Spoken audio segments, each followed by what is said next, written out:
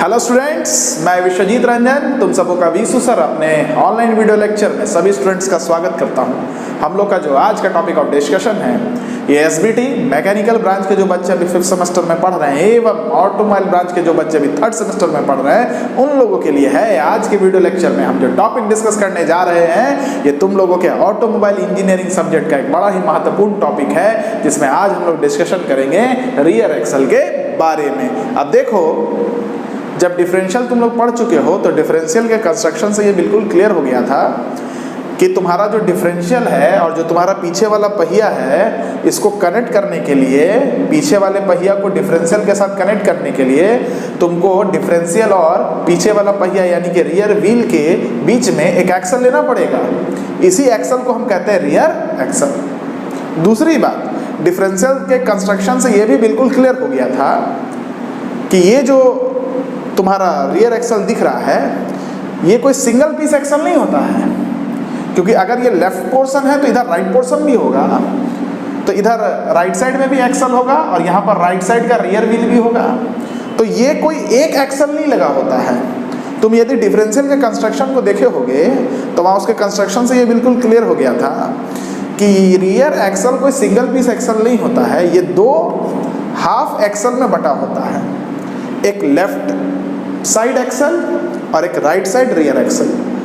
Left side rear axle का काम क्या है? डिफरेंशियल को लेफ्ट साइड के रियर व्हील के साथ कनेक्ट करना, और राइट साइड के रियर एक्सल का काम क्या होगा? बिल्कुल ऐसा स्ट्रक्चर उधर भी बना होगा। राइट साइड के रियर एक्सल का काम क्या होगा? राइट साइड के रियर व्हील को डिफरेंशियल के साथ कनेक्ट करना। मतलब कंक्लूजन ये है कि रियर एक्सल कोई सिंगल पीस एक्सल नहीं होता है, ये दो हाफ पीस एक्सल होता है। तीसरी बात, डिफरेंशियल के कंस्ट्रक्शन से ये बिल्कुल क्लियर हो गया था कि ये अगर तुम्हारा रियर एक्सल है तो इसको बोलते हैं इनर साइड, इसको बोलते हैं आउटर साइड। उसी प्रकार से इधर भी कोई रियर एक्सल होता तो इधर होता है इनर साइड, इधर होता है आउटर साइड। रियर एक्सल के इनर साइड पर होता है सन गियर, जो कि रिंग गियर, डिफरेंशियल का जो रिंग गियर का केज का प्लानिटरी गियर होता है उसके साथ मैच में होता है। डिफरेंशियल के कंस्ट्रक्शन में देखे होंगे। और ये रियर एक्सल का जो आउटर साइड है इस पर कौन माउंटेड होता है? तो तुम बोलोगे व्हील माउंटेड होता है। ये सब बात तुमको डिफरेंशियल के कंस्ट्रक्शन से क्लियर था। एक बात और तुमको डिफरेंशियल के कंस्ट्रक्शन से क्लियर था कि प्रोपेलर शाफ्ट पर जब इंजन का पावर पहुंचता है तो डिफरेंशियल के मदद से इस पावर को तुम रियर एक्सल पर ट्रांसफर करते हो, और रियर एक्सल पर जब पावर पहुंचता है तो रियर एक्सल के रोटेशन की वजह से तुम्हारा व्हील में रोटेशन आता है, और जब व्हील में रोटेशन आता है तो गाड़ी आगे बढ़ने लगता है। मतलब यही वो एक्सल है जो पीछे वाले पहिया पर पावर ट्रांसफर करता है, जिसके वजह से गाड़ी चलता है। इसीलिए इस रियर एक्सल को हम लोग लाइव एक्सल कहते हैं। क्या कहते हैं? Live axle. तो आई होप आपको ये सारी बातें समझ में आ गई होंगी। अगर आ गई हो तो एक बार इसको पढ़ लीजिए। In between rear wheel and differential the axle on which rear wheel is mounted is known as rear axle. Differential और रियर व्हील के बीच में जो एक्सल है जिसके ऊपर में आपका रियर व्हील माउंटेड है, इसी एक्सल को हम लोग क्या कहते हैं? इसी एक्सल को हम लोग रियर एक्सल कहते हैं। आगे पढ़िए। It is clear from the construction of differential, differential के कंस्ट्रक्शन से बिल्कुल क्लियर हो गया था that the rear axle is not the single piece axle. Rear axle कोई सिंगल पीस एक्सल नहीं है। It is two half axle, ये दो हाफ एक्सल होता है। On which two half axle on the outer side of two half axle wheel is mounted. ये जो दो हाफ एक्सल होगा, एक इधर होगा और एक इधर होगा, इसके आउटर साइड पर कौन माउंटेड है? तो आप बोलिएगा व्हील माउंटेड है। और इनर साइड पर कौन माउंटेड है? तो सन गियर माउंटेड है। On the outer side of two half axle wheel is mounted and on the inner side sun gear is mounted। और inner side पर कौन mounted है? sun gear mounted है। आगे बढ़िएगा। Since power from engine is transmitted continuously to rear axle, चूंकि engine का power propeller shaft के through, differential के थ्रू कंटिन्यूसली रियर एक्सल पर पहुंचता है, due to which it rotates, जिसके वजह से इसमें रोटेशन आता है continuously, hence it is called live axle. इसीलिए आप इसको क्या कहते हैं? लाइव एक्सल बोलते हैं। आए मेरा बात समझ में? चलिए, अब इसके बाद है loads on rear axle. Rear axle के ऊपर में क्या क्या लोड लगता है? तो देखो, पहला लोड क्या है भाई? पहला लोड क्या है?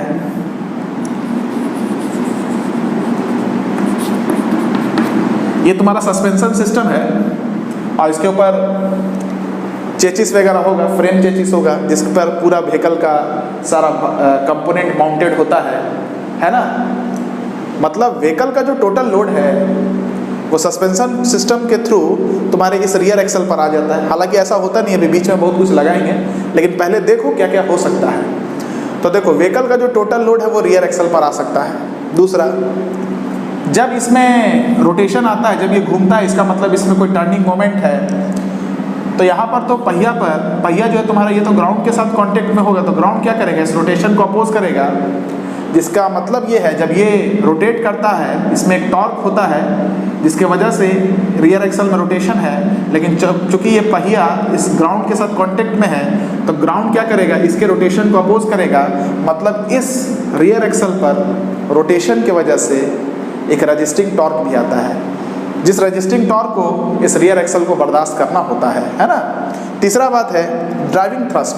देखो हो सकता है तुम्हारा रोड अनइवन हो, तो रोड जब अनइवन होता है तो इसके एक्सिस के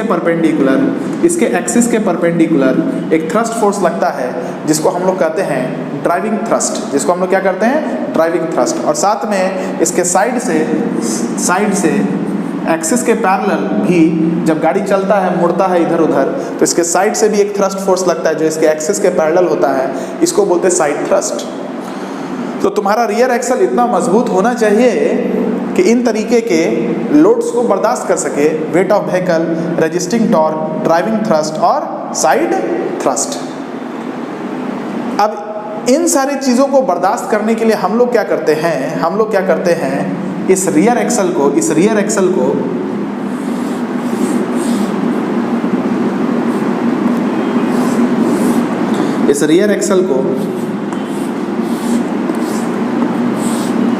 एक केसिंग में पहले बंद कर देते हैं। केसिंग में बंद करने से क्या होता है, रियर एक्सल मेरा एटमॉस्फेरिक कंडीशन से भी बचता है, डस्ट और डार्ट पार्टिकल से भी बचता है। और लोड वगैरह को बर्दाश्त करने के लिए हम लोग बियरिंग्स का अरेंजमेंट करते हैं एक्सल और एक्सल केसिंग के बीच में। आ रहा है मेरा बात समझ में? तो अब देखो ये जो एक्सल के केसिंग का और ये जो बियरिंग का अरेंजमेंट है, इनके पोजीशन के आधार पर हम लोग रियर एक्सल का क्लासिफिकेशन करते हैं। बियरिंग के और एक्सल केसिंग के पोजीशन के आधार पर कि एक्सल केसिंग पर बियरिंग कहाँ पर लगा रहता है, उसके हिसाब से रियर एक्सल का क्लासिफिकेशन होता है 3 भाग में: semi floating rear axle, full floating rear axle और 3/4 फ्लोटिंग रियर एक्सल, जिसके बारे में अभी हम डिस्कशन करने जा रहे हैं। तो हम चाहते हैं कि तब तक तुम लोग क्या करो, इन सारी बातों को लिख लो वीडियो को पॉज करके। उसके बाद हम लोग क्या करेंगे, रियर एक्सल का क्लासिफिकेशन पढ़ेंगे। तब तक के लिए इतना आप लोग लिख लीजिए।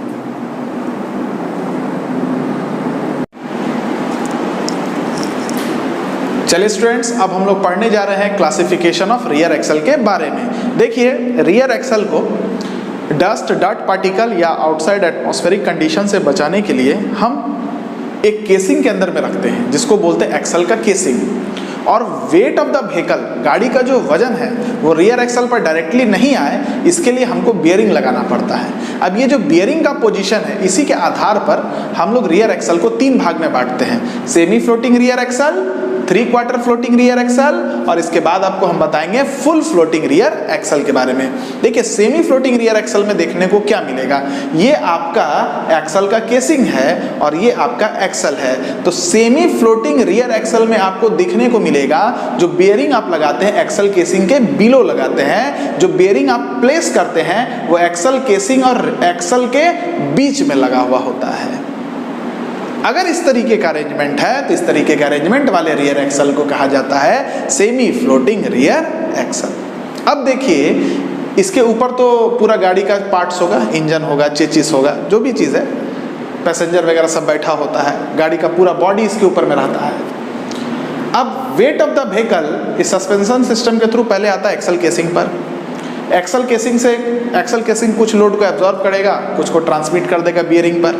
बियरिंग भी कुछ लोड को एब्जॉर्ब करेगा, कुछ को ट्रांसफर करेगा एक्सल के ऊपर में। एक्सल के ऊपर में जितना लोड आया वो सबको ट्रांसफर कर देगा किस पर, व्हील हब पर, और व्हील हब से फिर व्हील पर और फिर रोड पर। अगर ये एक्सल केसिंग और बियरिंग नहीं लगा होता तो सारा का सारा लोड सस्पेंशन सिस्टम से डायरेक्टली रियर एक्सल पर आता और अचानक से रियर एक्सल पर पूरा लोड, पूरा वेट ऑफ व्हीकल आता तो एक्सल के लिए अच्छा नहीं, एक्सल टूट सकता था। लेकिन यदि उस लोड को आप तोड़ के पहले एक्सल केसिंग पर, फिर बियरिंग पर, फिर एक्सल पर लाते हैं तो लोड जब डिस्ट्रीब्यूटेड होता है तो उसका इम्पैक्ट कम हो जाता है, एक्सल पर जो उसका दुष्प्रभाव है वो खत्म हो जाता है। क्लियर हो रहा है मेरा बात, आ रहा है समझ में? तो चलो, तो ये आपको इस सेमी फ्लोटिंग रियर एक्सल में एक लाभ आपको देखने को मिल रहा है। और उसके बाद आप एक चीज़ और ध्यान दीजिएगा, लेकिन दिक्कत यहाँ पर एक है इसमें कि वेट ऑफ द व्हीकल की वजह से यहाँ पर जो रोड होगा वो व्हील पर एक नॉर्मल फोर्स लगाता है, वो normal force directly rear axle पर ट्रांसफर कर जाता है। ये इसमें एक डिमेरिट है जिसको आगे के रियर एक्सल में दूर किया जाएगा। फुल फ्लोटिंग में देखिएगा ये बीमारी नहीं होता है। चलिए अब इस बात को आप जरा सा एक बार पढ़ लीजिए। It is the most commonly use rear axle as it is cheap and easily available. ये सबसे ज़्यादा यूज होने वाला रियर एक्सल है क्योंकि ये सबसे सस्ता और सबसे आसान में इसका उपलब्धता है। In this bearing is mounted inside casing that is between axle and casing. इसमें जो बियरिंग आप लगाते हैं वो केसिंग के नीचे होता है, यानी कि एक्सल और केसिंग के बीच में होता है। In this wait of vehicle transmit from, इसमें जो गाड़ी का जो वजन है वो ट्रांसमिट करता है कैसे? तो पहले आता है एक्सल केसिंग पर, ये आपका एक्सल का केसिंग है ये दिस, ठीक है ना। एक्सल पहले आता है एक्सल के केसिंग पर, फिर आता है बियरिंग पर, फिर आता है शाफ्ट पर, फिर आता है व्हील के हब पर, और फिर आता है व्हील पर, और फिर आता है रोड पर, ठीक है। दूसरा बात, जब ये चलता है आपको बताए कि गाड़ी के अनइवन सरफेस के वजह से इस शाफ्ट के ऊपर में ड्राइविंग थ्रस्ट भी आता है और पैरेलली एक साइड थ्रस्ट भी आता है। तो बियरिंग अगर लगा होगा तो बियरिंग में ये क्षमता है कि वो ड्राइविंग थ्रस्ट और साइड थ्रस्ट को बड़े ही बढ़िया से एब्जॉर्ब करता है। ये आप थ्योरी ऑफ मशीन में पढ़े भी होंगे बियरिंग का प्रॉपर्टीज़, और नहीं तो आप मशीन डिज़ाइन में जब जाइएगा तो वहाँ पर आपको मैथमेटिकली ये कैलकुलेशन करके बताया जाएगा कि बियरिंग का डिज़ाइन ही इस बेसिस पर किया जाता है कि वो साइड थ्रस्ट और ड्राइविंग थ्रस्ट को काफ़ी ज़्यादा मिनिमाइज करे, ठीक है। हालांकि मैथमेटिकल कैलकुलेशन यहाँ पर आपको नहीं पढ़ना है, यहाँ पर बस इसका याद रखना है कि इसका काम क्या है। साइड थ्रस्ट या ड्राइविंग थ्रस्ट अगर किसी शाफ्ट के ऊपर में आ रहा है तो उसको ऑब्जॉर्व करने का काम कौन करेगा? बियरिंग। मतलब इस एक्सल के ऊपर में कौन सा लोड केवल आ रहा है, तो आप देखिएगा एक तो वेट ऑफ द व्हीकल वो भी डिस्ट्रीब्यूट करके आ रहा है, और दूसरा कौन सा लोड, तो गाड़ी जब चलता है तो एक टॉर्क इस पर प्रोड्यूस होता है, और ये रोड क्या करेगा, इसके ऊपर में एक रजिस्टिंग टॉर्क प्रोड्यूस होगा। मतलब द वेट ऑफ द मतलब रियर एक्सल को हमारा किस चीज़ को रजिस्ट करना है, तो रजिस्टिंग टॉर्क को बर्दाश्त करना है। क्लियर है? तो ये बात यहाँ लिखा है, the driving thrust and side thrust are absorbed by bearing, axle have to bear the resisting torque, axle को रजिस्टिंग टॉर्क को बर्दाश्त करना पड़ता है। चलिए अब आते हैं हम लोग 3 क्वार्टर फ्लोटिंग रियर एक्सल में। 3 क्वार्टर फ्लोटिंग रियर एक्सल में देखिएगा ये जो बियरिंग लगा है ये केसिंग के बाहर लगा होता है, मतलब केसिंग और व्हील हब के बीच में बियरिंग लगा हुआ है। इससे लाभ क्या मिलेगा अभी देख लेते हैं। तो वेट ऑफ द व्हीकल आएगा कहाँ पर? सबसे पहले तो वेट ऑफ द व्हीकल आता है पहले केसिंग पर, और केसिंग पर आने के बाद ये बियरिंग पर जाने के बाद व्हील हब पर जाने के बाद डायरेक्टली चला जाएगा किस पर? व्हील पर। डायरेक्टली किस पर चला जाएगा? तो आप बोलिएगा व्हील पर चला जाएगा सर। और व्हील पर जब चला जाएगा तो व्हील के बाद रोड पर चला जाएगा। हालांकि इसमें ऐसा होता है कि जो व्हील हब है थोड़ा सा लोड इस एक्सल पर भेजता है। केसिंग पर आया, बियरिंग पर आया, व्हील हब पर आया, तो व्हील हब से लोड जो ट्रांसफर करेगा वो व्हील से रोड पर भी जाएगा, और हो सकता है कि कुछ अमाउंट ऑफ लोड इस एक्सल पर भी आए, लेकिन वो बहुत कम होता है। मतलब एक्सल पर ना के बराबर वेट ऑफ द व्हीकल आता है, इसको ध्यान में रखना है। तो आप बोलिएगा in this type the bearing is mounted outside the axle casing, where is mounted outside the axle casing that is between wheel hub and axle casing. यानी कि ये जो व्हील हब आपको दिख रहा है, ये व्हील हब जो आपको दिख रहा है, इस व्हील हब और एक्सल केसिंग के बीच में बियरिंग लगा होता है। The load due to weight of vehicle is transmitted through axle casing. ये जो वेट ऑफ लोड है वो एक्सल केसिंग से ट्रांसमिट करता है किधर? बियरिंग पर, व्हील हब पर, व्हील पर, रोड पर। Axle casing, bearing, wheel hub, wheel, road. Bearing, axle casing, bearing, wheel hub, wheel, road पर। ठीक है, यहाँ पर एक पॉइंट लिखे, व्हील हब में transmit very small load due to weight of vehicle to axle. ये जो व्हील हब पर जो लोड आ रहा है इसमें से मैक्सिमम लोड तो व्हील से रोड पर चला जाता है, लेकिन कुछ लोड इस एक्सल पर आ सकता है जो बहुत छोटा होता है। Driving and side thrust absorb by the bearing, driving और साइड थ्रस्ट बियरिंग एब्जॉर्ब करेगा, और ये आपका जो एक्सल है इसको केवल कौन सा टॉर्क रजिस्ट करना, तो आप बोलिएगा axle has to bear resisting torque only, axle को केवल रजिस्टिंग टॉर्क को बियर करना है। एक चीज़ याद रखिएगा स्टूडेंट्स, ये पूरा एक्सल का केसिंग है, ये यहाँ पर व्हील हब लगा होता है, इस पर व्हील माउंटेड होता है, ये बियरिंग होता है। क्लियर हो रहा है ना? चलो ये इसका कंस्ट्रक्शन और फिगर है। हम चाहते हैं कि पहले तुम लोग इसको बना लो, बनाने के बाद इसको बढ़िया से लिखो वीडियो को पॉज करके। अब फुल फ्लोटिंग रियर एक्सल तुम लोग को हम बता देते हैं। चलो अब लास्ट क्लासिफिकेशन है हमारा फुल फ्लोटिंग रियर एक्सल। देखो ये है तुम्हारा एक्सल का केसिंग, और ये जो पोर्शन तुम देख रहे हो, ये जो पोर्शन तुम देख रहे हो ना, है ना, ये वाला पोर्शन देखो, ये ऐसे, ये इस तरीके से, ये जो पोर्शन तुम देख रहे हो इसको कहते हैं व्हील का हब। इसी व्हील हब पर कौन माउंटेड है, तो तुम बोलोगे हमारा व्हील माउंटेड है। और यहाँ पर हमारा जो व्हील हब है, इसको ये स्टील का एक व्हील कवर होता है, इसके द्वारा हम लोग बोल्टिंग करके रखते हैं, जिससे क्या होता है तुम्हारा व्हील जो होता है वो बाहर नहीं निकलता है। क्लियर है? चलो अब देखो यहाँ पर जो व्हील हब है और एक्सल का केसिंग है, इसके बीच में लगा होता है tapered roller bearing. Tapered roller bearing लगाने से क्या होता है, इसमें साइड थ्रस्ट और ड्राइविंग थ्रस्ट को एब्जॉर्ब करने की क्षमता बहुत ही अत्यधिक होती है। बड़ा जबरदस्त रूप से ये साइड थ्रस्ट और ड्राइविंग थ्रस्ट को एब्जॉर्ब करता है। अब यहाँ पर ध्यान देना है कि सस्पेंशन सिस्टम के थ्रू जो लोड है due to weight of the vehicle, ये एक्सल केसिंग पर आता है, फिर बेयरिंग पर आता है, फिर व्हील हब से व्हील के थ्रू रोड पर चला जाता है। यहाँ पर व्हील हब इस एक्सल पर किसी प्रकार का कोई load due to weight of the vehicle नहीं ट्रांसमिट करता है, जिसके वजह से ये जो रियर एक्सल है ये कंप्लीटली फ्री होता है ड्यू टू लोड, या बोलोगे कि रियर एक्सल कंप्लीटली फ्री है। किससे फ्री है? वेट ऑफ द व्हीकल का जो लोड है उससे बिल्कुल कंप्लीटली फ्री होता है। ये इसका बड़ा ही बढ़िया डिसएडवांटेज है। आ रहा मेरा बात समझ? इसलिए नाम इसका फुल फ्लोटिंग रियर एक्सल। कोई भी चीज पानी में कब फ्लोट करता है? जब उसके ऊपर लोड नहीं रखता है, तो इसमें कोई लोड नहीं, इसलिए इसका नाम पड़ा फुल फ्लोटिंग रियर एक्सल। हालांकि इस पर जो रजिस्टिंग टॉर्क है वो तो लगेगा, है ना।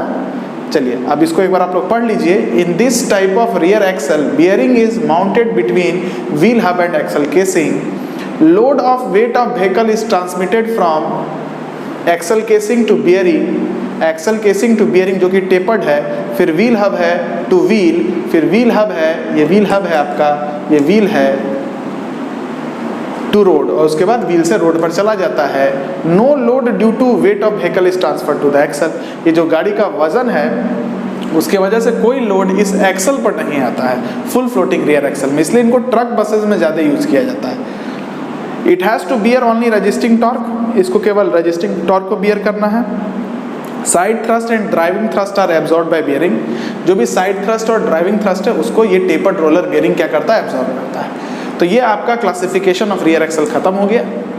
इसके अगले वीडियो में अब हम लोग लगभग ट्रांसमिशन सिस्टम खत्म हो चुका है, एक टॉर्क कन्वर्टर है, इसके बारे में हम चर्चा कर देंगे। टॉर्क कन्वर्टर क्या होता है और ट्रांसफर केस क्या होता है, एक छोटा सा टॉपिक है जिसको अगले क्लास में हम लोग डिस्कशन करेंगे। तब तक के लिए इतना ही। Have a very good day. पढ़ते रहिए।